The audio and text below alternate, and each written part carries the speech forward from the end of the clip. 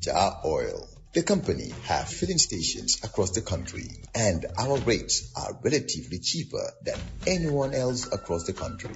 Jar Oil is the biggest producer and distributor of cement in the country with the most competitive prices in the market.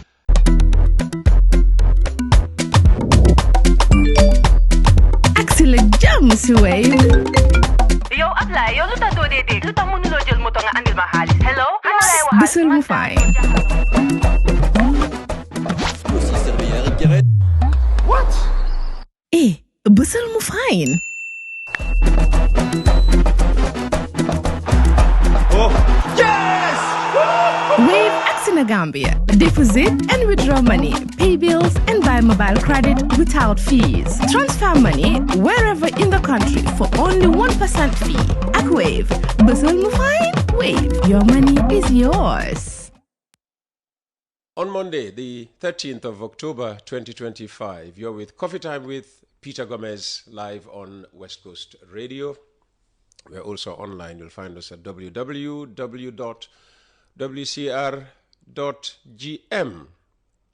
Now, last week, Lamin Kaba Bajo, president of the Gambia Football Federation, made history as the newly appointed chairman or chairperson of FIFA's Grassroots and Amateur Football Committee.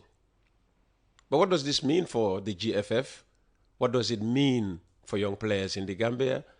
What does it mean for the Global Football Committee or community watching from afar?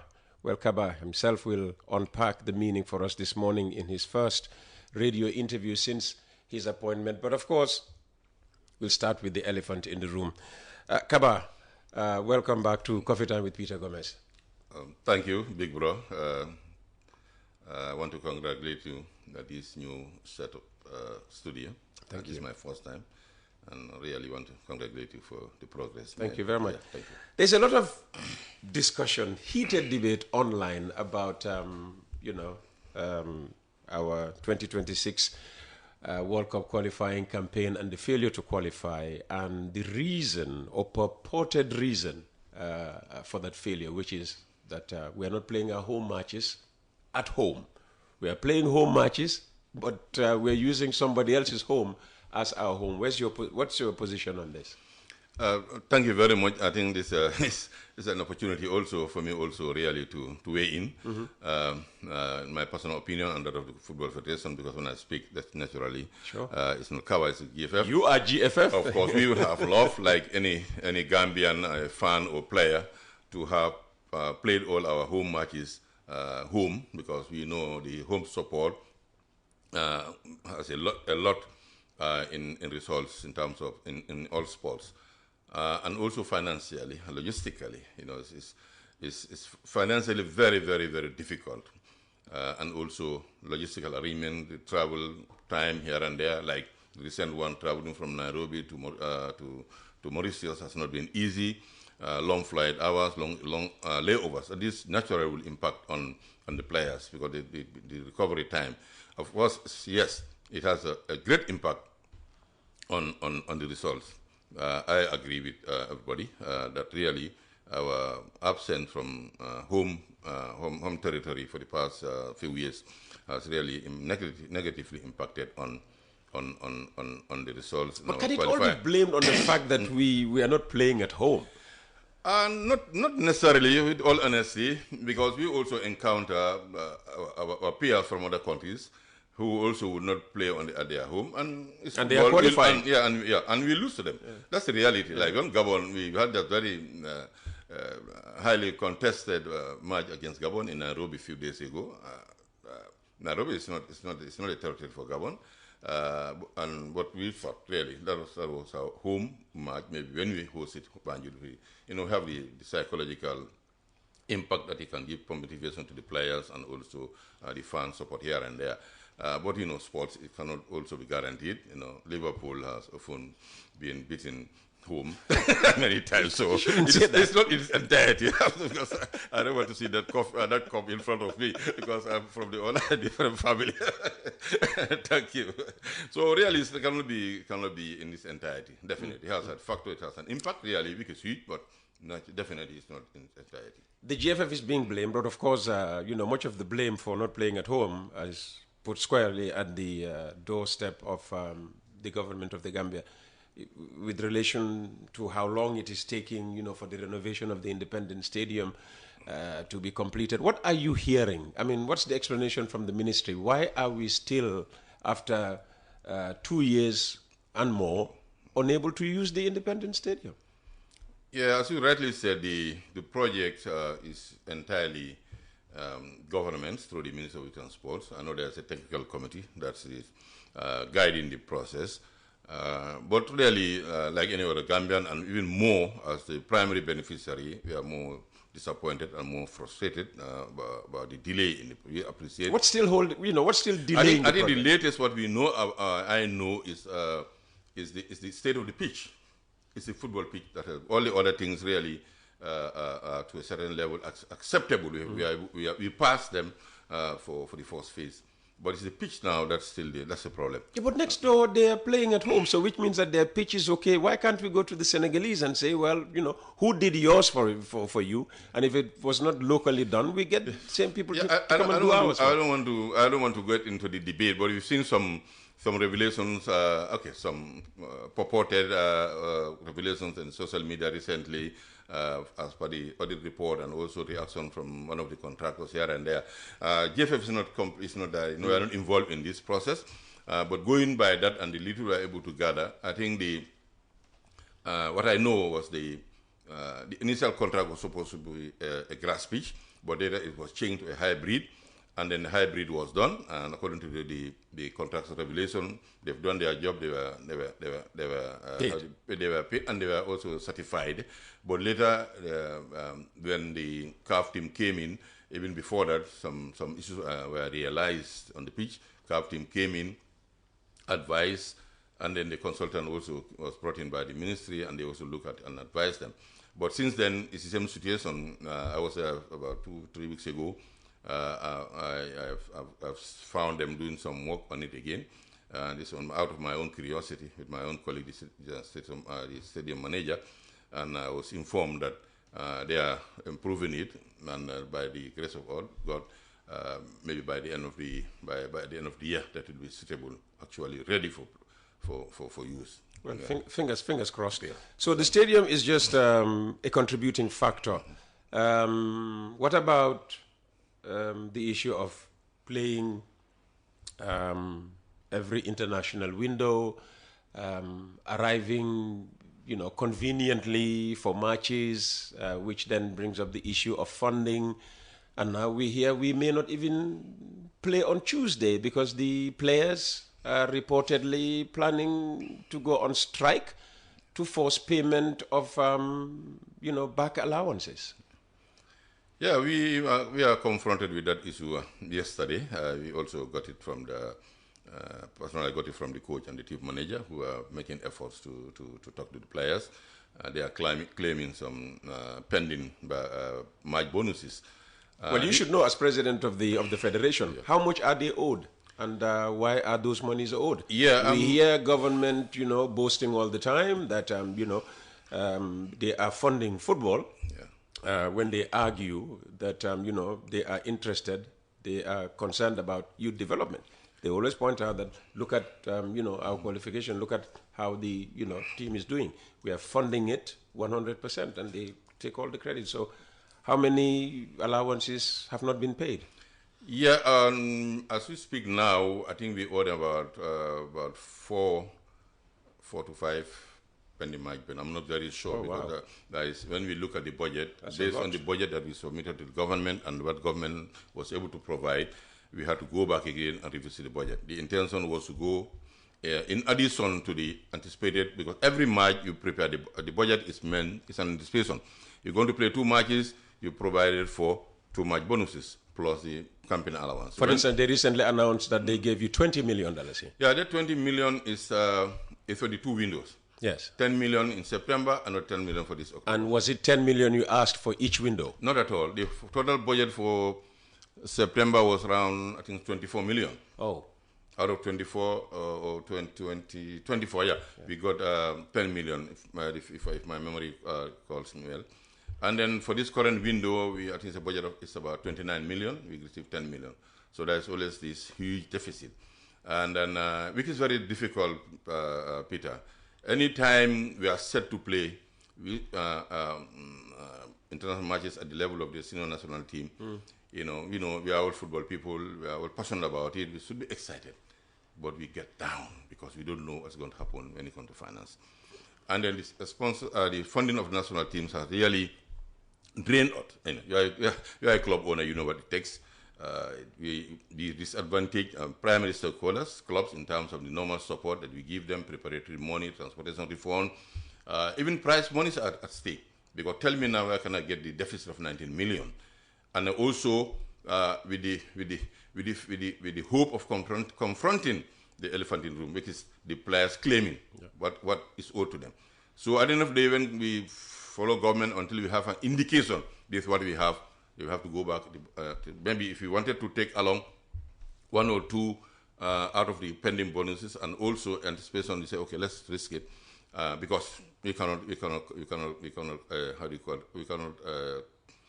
compromise accommodation.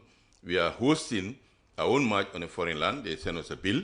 We have to meet all those things. We are hosting another team. We have to provide transportation and other things for the office, their team, the team and the other match officials. So these are things that you cannot touch. And we sacrifice. And you may even interest you. Now, I saw it in the social media. Some people are saying, some members of the technical team. I had to take that decision, even to talk to the coach, to convince him to be able to even scale down. So you have to go that far. I should have been. I'm sorry if you when I personally, as the president of the federation, last joined a national team. It's been a while now. It's all about austerity, squeeze and tighten our belts. Even executive committee members, as we speak now, there's no senior federation member to be there as head of delegation. Like the problem we have now, the person should be dealing with it. We only have a government representative. Now it's the coach and the technical team manager. So this is where we are. The 20 million is out of a budget of nearly 50 million. Oh, wow. So you can see where we are. The tickets alone, when we source tickets, invoices, what we got, the cheapest we had is nearly 13 million for air tickets alone. Just imagine flying from their different destinations to Nairobi, and to Mauritius back. Just imagine. When I was looking at it, the minimum, the average is 200,000, 250,000 per head. So this is where we find ourselves.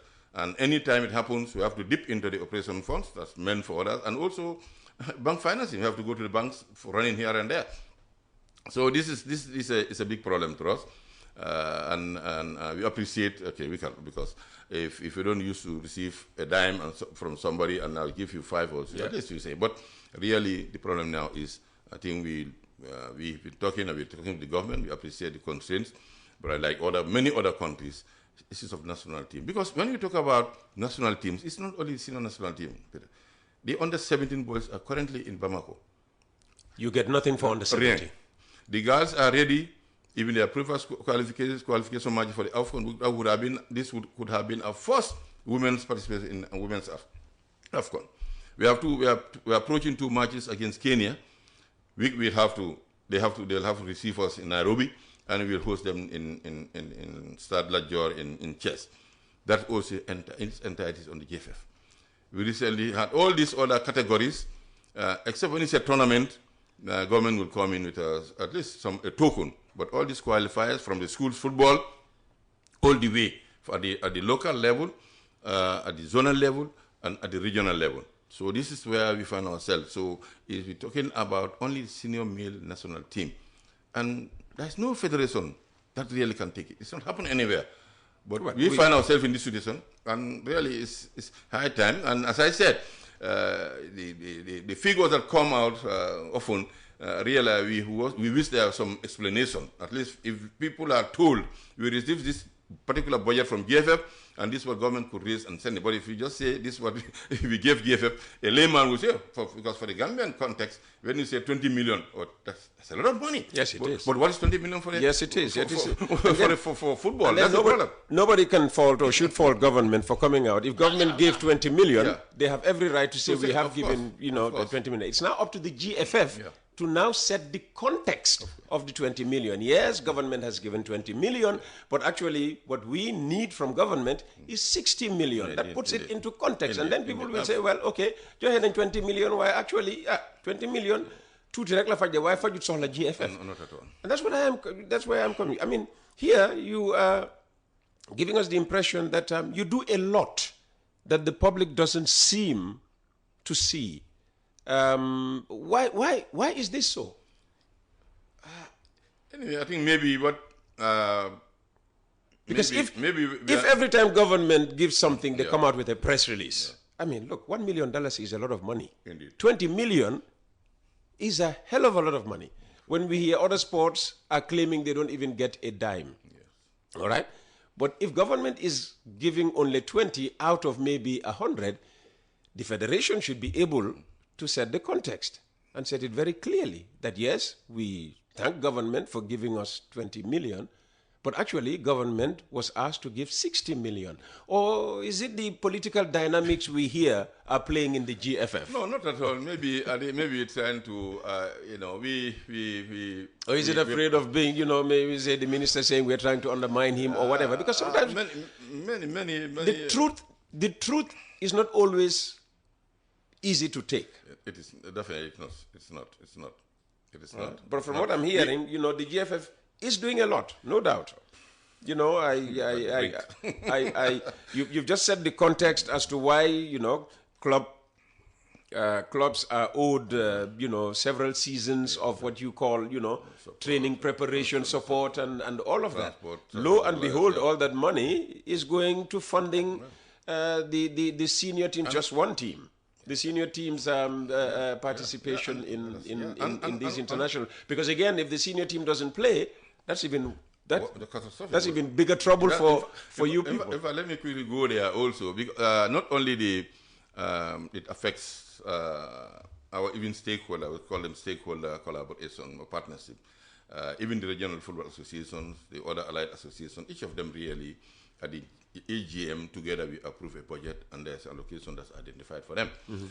But going along the way, when things get tough, we always prioritize the national teams. And even the projects, we talk about this. The infamous projects is all about the same problem. We all have the same when national teams are to move, and you have a certain number of matches to play within a 1 year period. If you fail, you have sanctions in terms of FIFA cutting part of that your money support. from your support.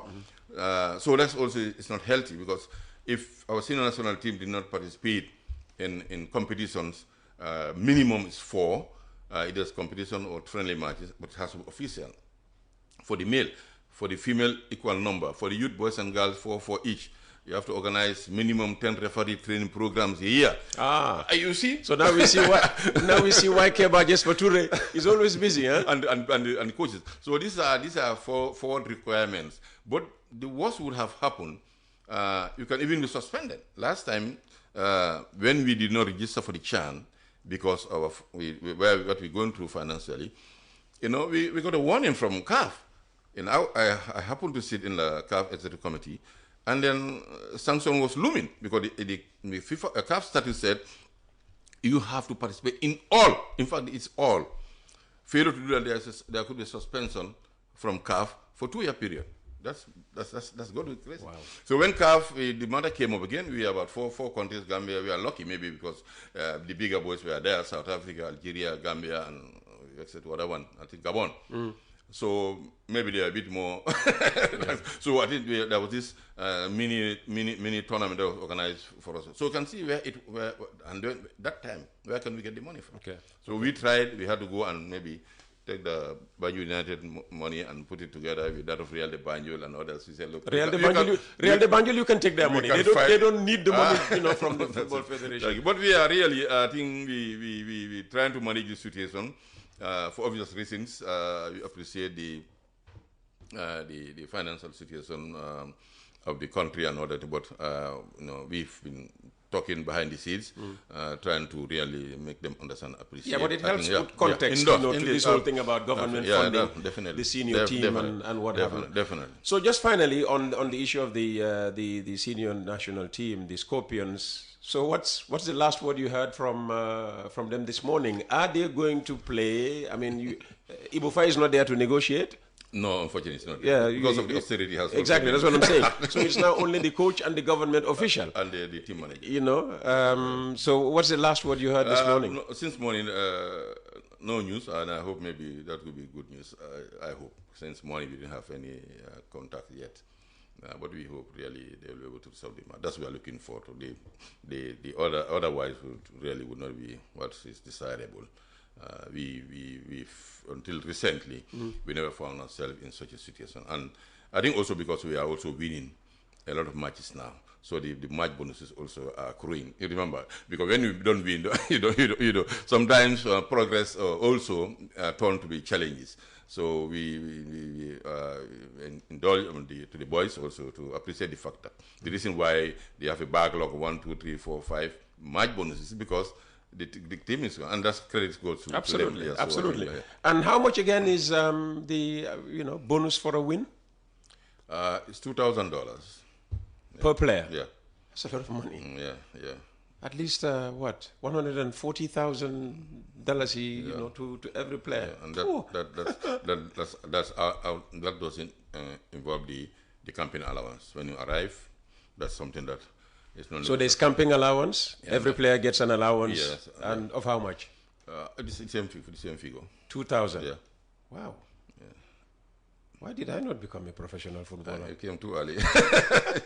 Some of us came too early. We came too early.